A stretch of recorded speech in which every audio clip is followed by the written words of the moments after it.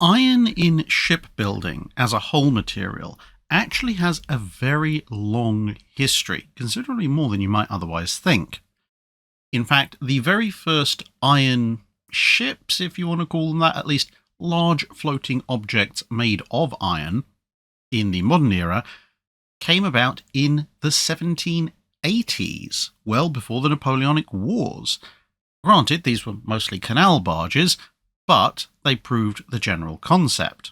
They were very useful because it turned out that an iron-hulled barge was actually lighter than a wooden-hulled barge, and because the walls were somewhat less thick, combined with the lighter weight, you could actually carry a significantly larger payload, and thus iron-hulled barges became a very common sight in the industrialized or industrializing nations of Europe over the next few decades.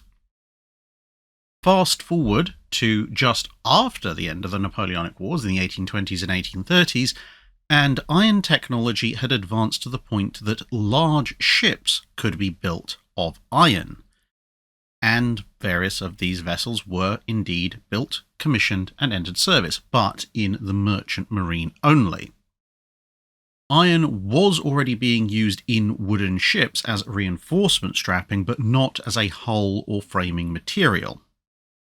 The problem in the 1820s and most of the 1830s was that if you had a substantial amount of iron on board, on the scale of having your entire hull made of it, it played merry havoc with your compass.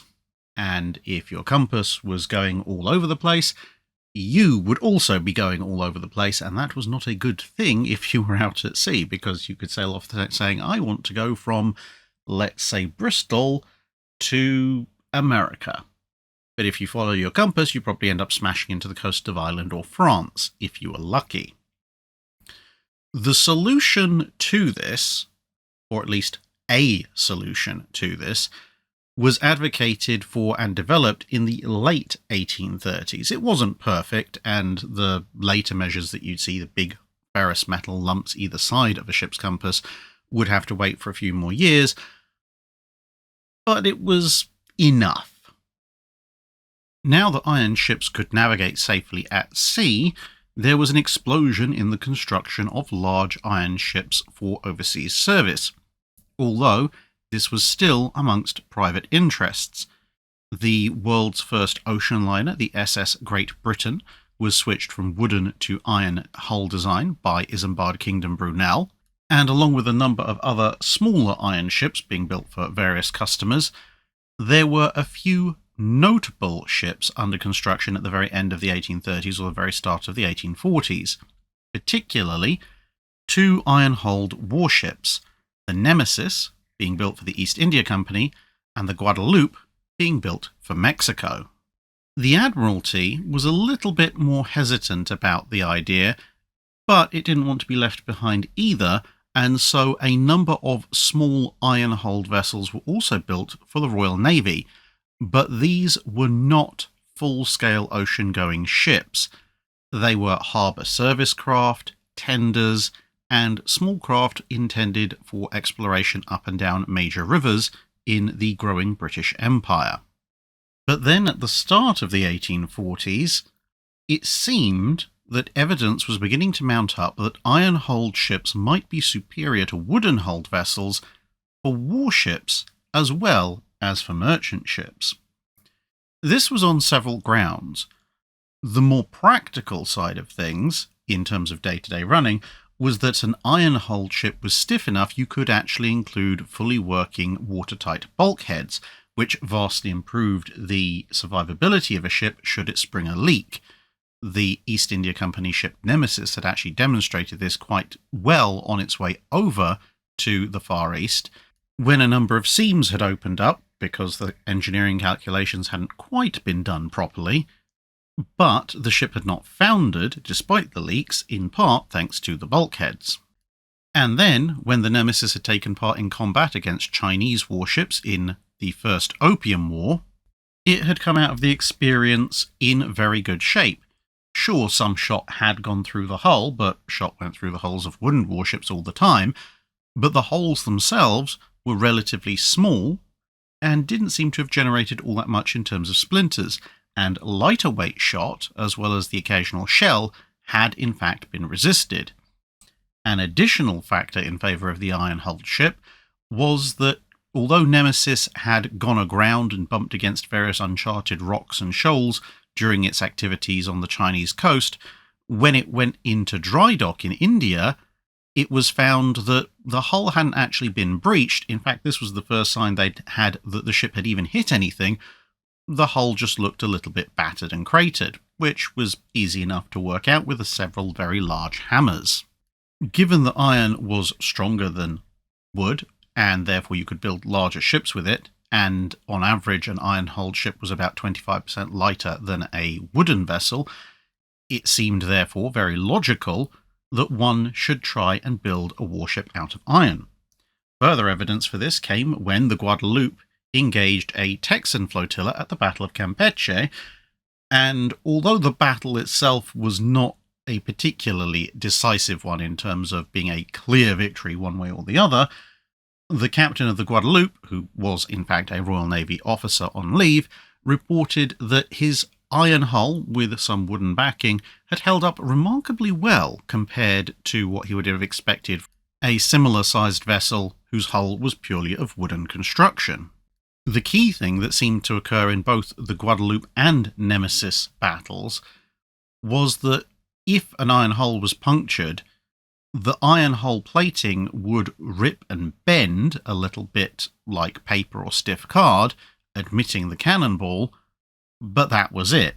And as the cannon shot passed through, if you were in the way of the cannon shot, that was not particularly good for you, but statistically, a cannon shot was relatively unlikely to hit anybody. The problem on most wooden warships, if that happened, was not only that the hull tended to be relatively large, but splinters driven in all directions from the impact would cause injuries and fatalities. And so the Admiralty and the British government looked at the situation and thought, well, we can navigate in iron ships. Iron ships are lighter, stronger, and could be made larger than wooden warships. They seem to cope with being hit by shot better than wooden warships. About the only problem that potentially could arise with iron vessels was the fact that you couldn't copper plate the undersides to resist marine growth, aka fouling, which would reduce the ship's speed over time. The problem being that if you strapped a bunch of copper to a bunch of iron in a saltwater environment, you ended up creating a gigantic galvanic reaction which very quickly would leave you with no hull, which is generally held to be a disadvantage in the hull staying afloat department.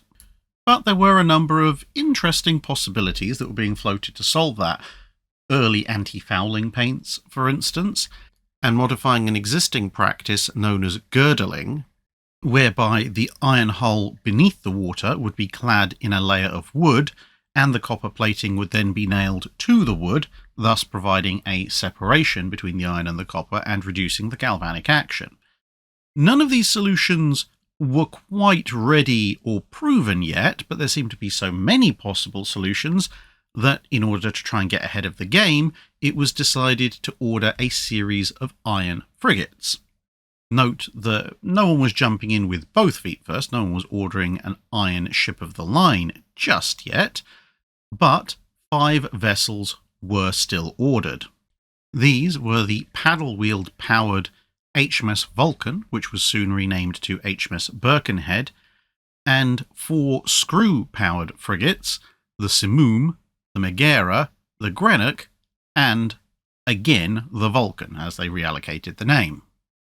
But just to be on the safe side, it was decided to conduct a few experiments to see how well iron plating would hold up against the latest and greatest in naval guns, pretty much at the same time as the ships were actually under construction. The first such tests were conducted in 1842 and 1843. At this point, a target equal in thickness to the side of a line of battleship, i.e. a wooden first-rate ship of the line, was plated over with a form of iron armour. 14 iron plates, 3/8 of an inch thick each, were riveted together in a gigantic laminate and then stuck on top of the wooden hull. Two guns were brought up for testing, an 8-inch shell gun and a 32-pounder long gun firing solid shot that wouldn't be out of place at the Battle of Trafalgar, and these were fired from about 400 yards, which was a reasonable battle distance for the time. Thanks to the fact that laminated plates are inferior to a single thickness of plate, it turned out that the 32-pounder solid shot had about a 50-50 chance of punching straight through, and even when it didn't, it tended to shatter various plates off of the stack of armour, which rendered it more vulnerable to subsequent shots, although it was noted that the 8-inch shells generally tended to break up upon impact, although in many cases not before embedding themselves quite deeply in the iron plates and again destroying several of the outer layers. This seemed to indicate that iron might have a somewhat protective effect on ships, but it was completely non-representative of the ships that were currently under construction, more reflective of a decision that could be made, which would be to strap a bunch of iron to existing ships of the line.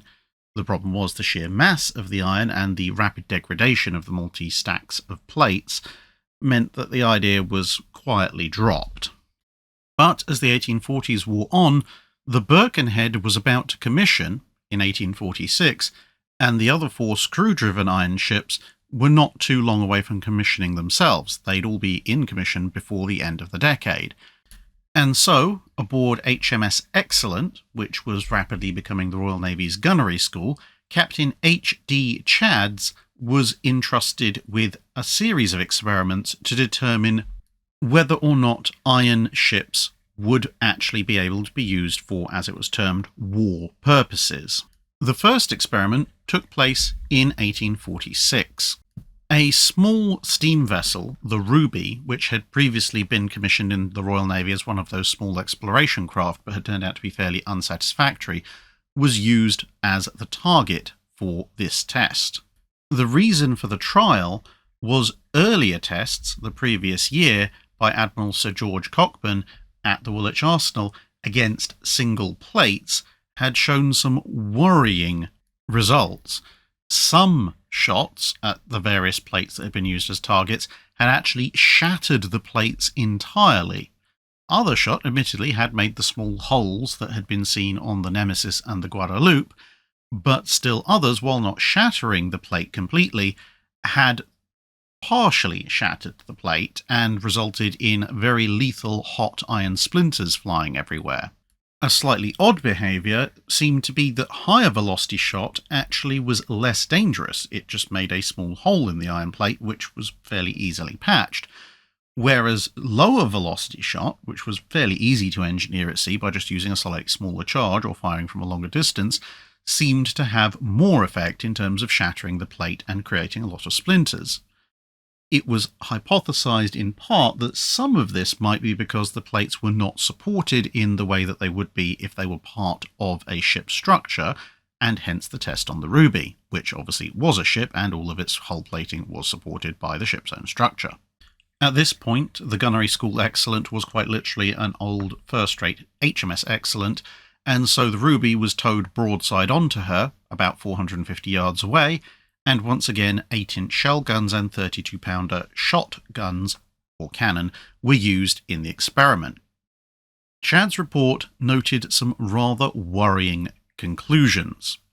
To quote, "All the shot fired passed through both sides, the holes made on the first side being about the size of the shot, and generally smooth even when striking a rib. But the damage done to the opposite side of the ship was very different. As in this case, when the shot struck on a rib, the effect was very great, the iron sheets being torn off and injured to a considerable extent, and even when the shot passed clean through between the ribs, the holes made were of a difficult nature to stop, with their edges being turned outwards. The splinters from the first side were few, but very severe. The Ruby was afterwards placed end-on to the guns, but the shot fired so tore the ribs and plates that it was evident that a similar vessel, so situated, would be in danger of being instantly sunk by one well-directed shot." At this point, the Birkenhead was already technically in commission and the other 4 were well under construction. And so, although she was in service, Birkenhead was never put into commission fully as a frigate and was instead used for a variety of other purposes, including, interestingly enough, towing the SS Great Britain off of an area where she'd gotten herself stuck. While the results of these experiments were being digested, the government changed and there was a bit of a hiatus in testing while the new administration settled in.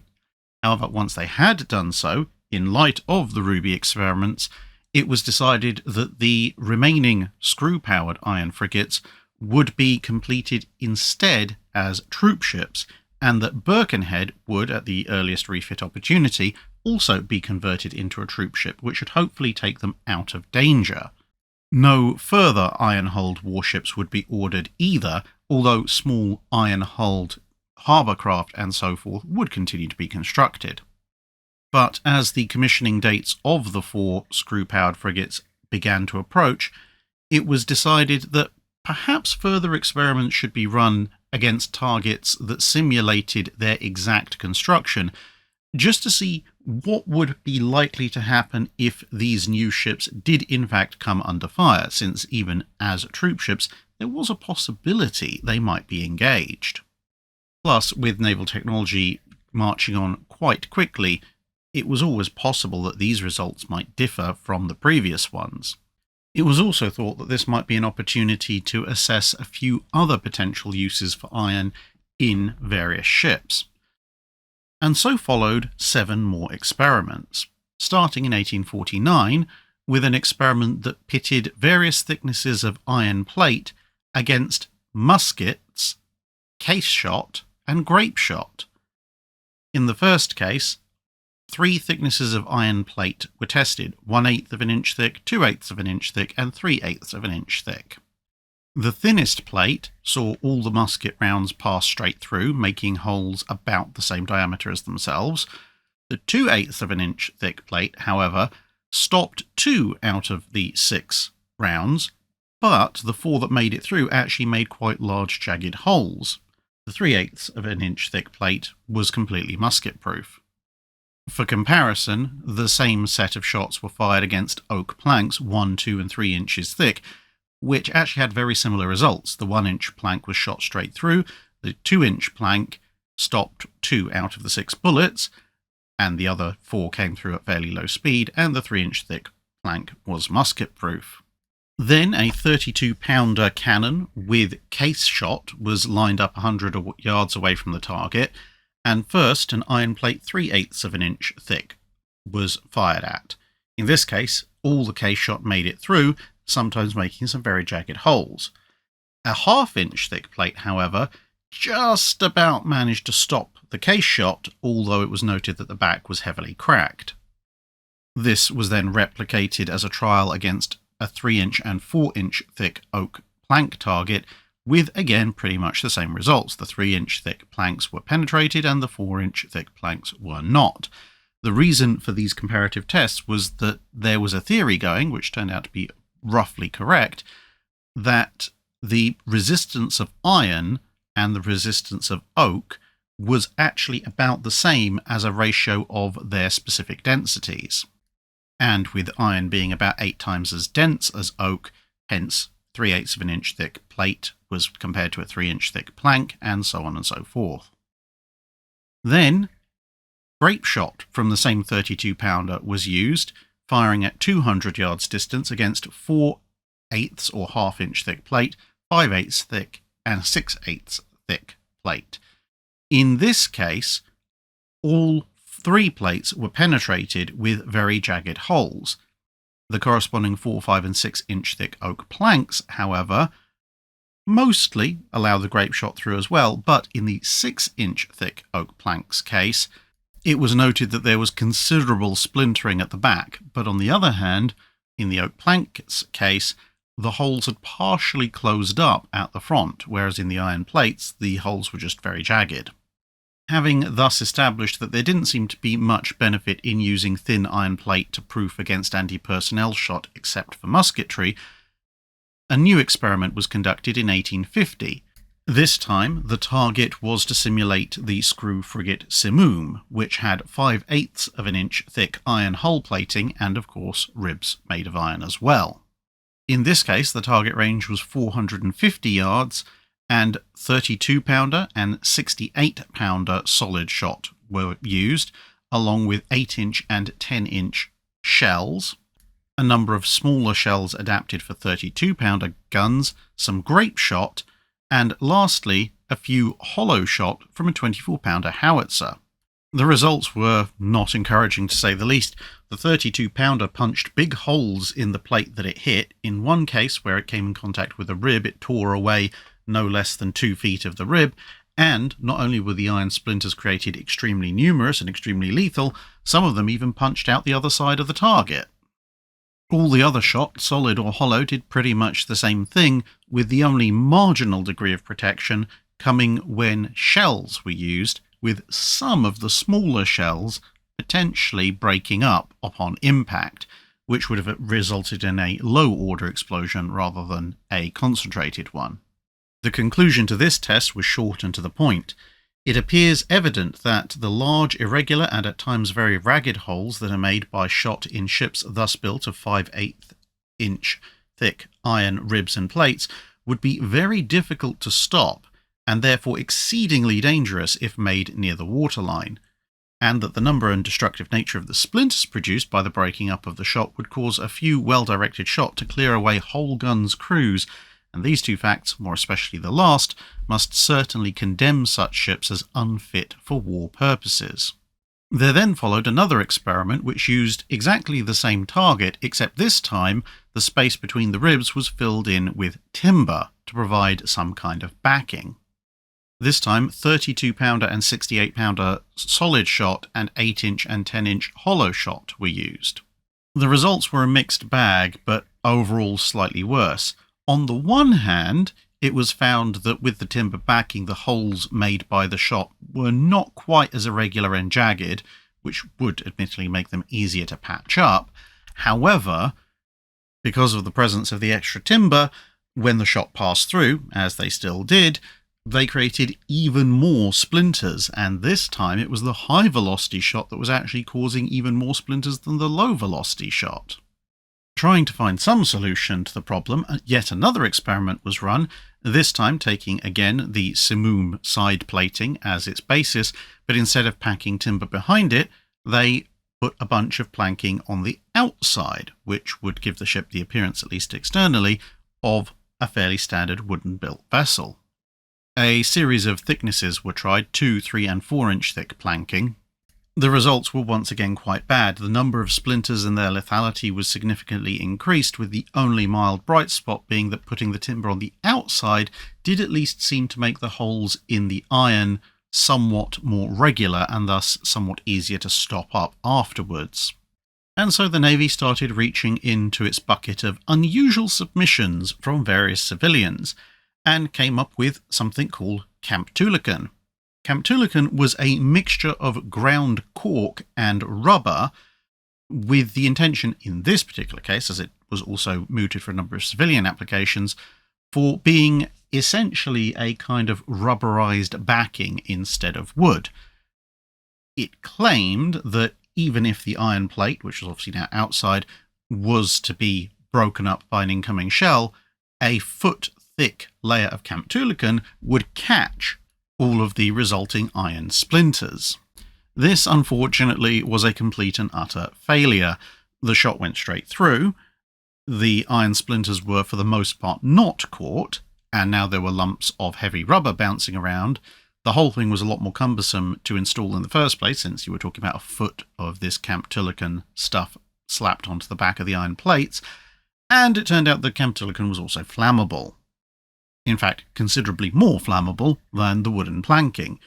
The report on this test ended with the number of splinters was each time very great, and they tore up the water from 200 to 300 yards in the rear of the section in the same fearful manner as they had done in the fourth and other experiments.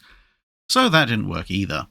For the penultimate experiment, it was decided to see if having regular timber hulls, in terms of the ribs and frames, with just iron plating as the outer hull is in place of planking, would help in any way, shape or form, with the thought being that perhaps wooden ribs and frames would absorb some of the shock. 3/8 and 4/8 inch thick iron was mandated for this test. This also had potential for refitting of wooden ships, because after all, you could then just take the wooden planking off a ship of the line and slap a bunch of iron plates on it instead, thus saving a bunch of weight, if indeed this proved successful.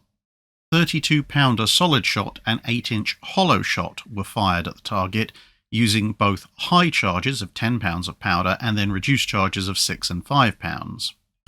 Against the 3/8 inch thick iron plate, results on the engaged side were actually somewhat promising, with a simple clear round hole through the plate, which is what had been expected ever since the Nemesis and Guadeloupe combats. Unfortunately, on the unengaged side, the holes made by the shot exiting were considerable. One 32-pounder shot, which for reference is approximately a 6-inch diameter ball, blowing a hole 30 inches by 19 in the side of the ship. The half-inch or 4/8 inch thick plate actually performed slightly worse. It did force the hollow shot to break up, although the solid shot still passed through, but it also generated considerably more splinters. And it was noted that the exit wounds on the target were about 5 times as large as the shot that was fired through them. And it was pointed out that if a cannon had been double-shotted, as it would likely be in a close-range melee engagement, then the velocity of the double shot would be about the same as the exit velocity of the rounds, and thus they do the massive damage that they'd done on exiting to the engaged side of the ship, with even more splinters resulting.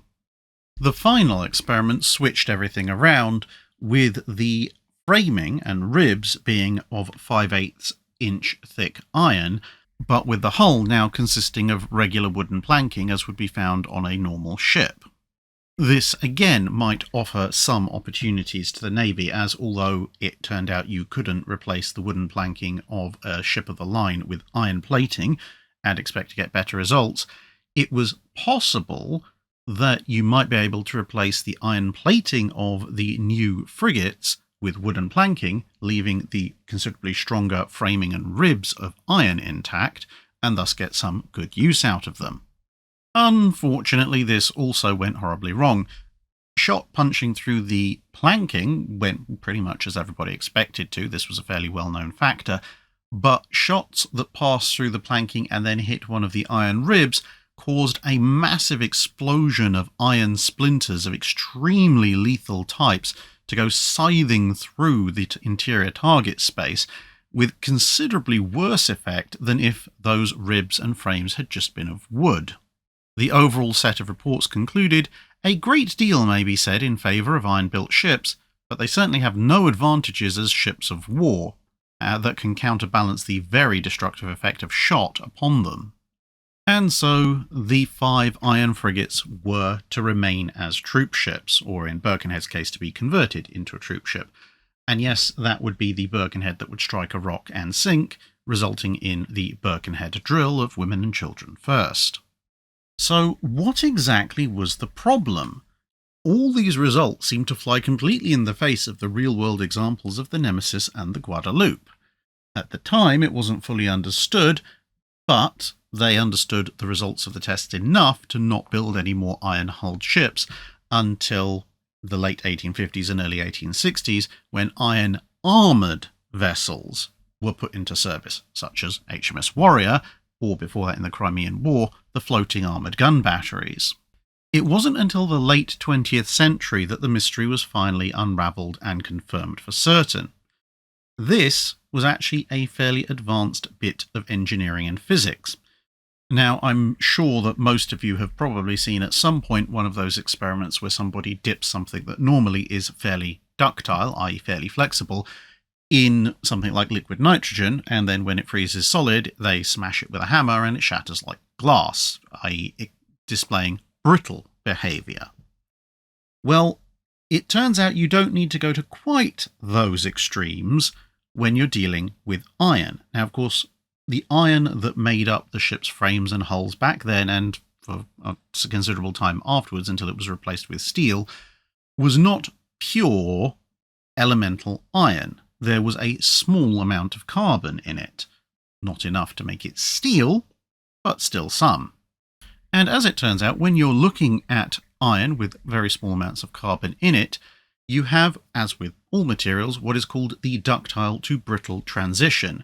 That is, past a certain temperature, as the temperature rises, the material will start to show a ductile behavior. That is, when it is destroyed, breached, ripped, punched through, whatever destructive means you're using on it, it will essentially tend to tear. Because when it is hit by something, it undergoes quite a lot of elastic deformation, bending, before it suffers its final breach, and then you have plastic deformation, the permanent, irrevocable part of things. Below a certain temperature, it will exhibit brittle behavior. That is, it won't bend much at all, but when the impact energy exceeds its ability to resist, it will shatter, glass being a very good example of brittle behavior.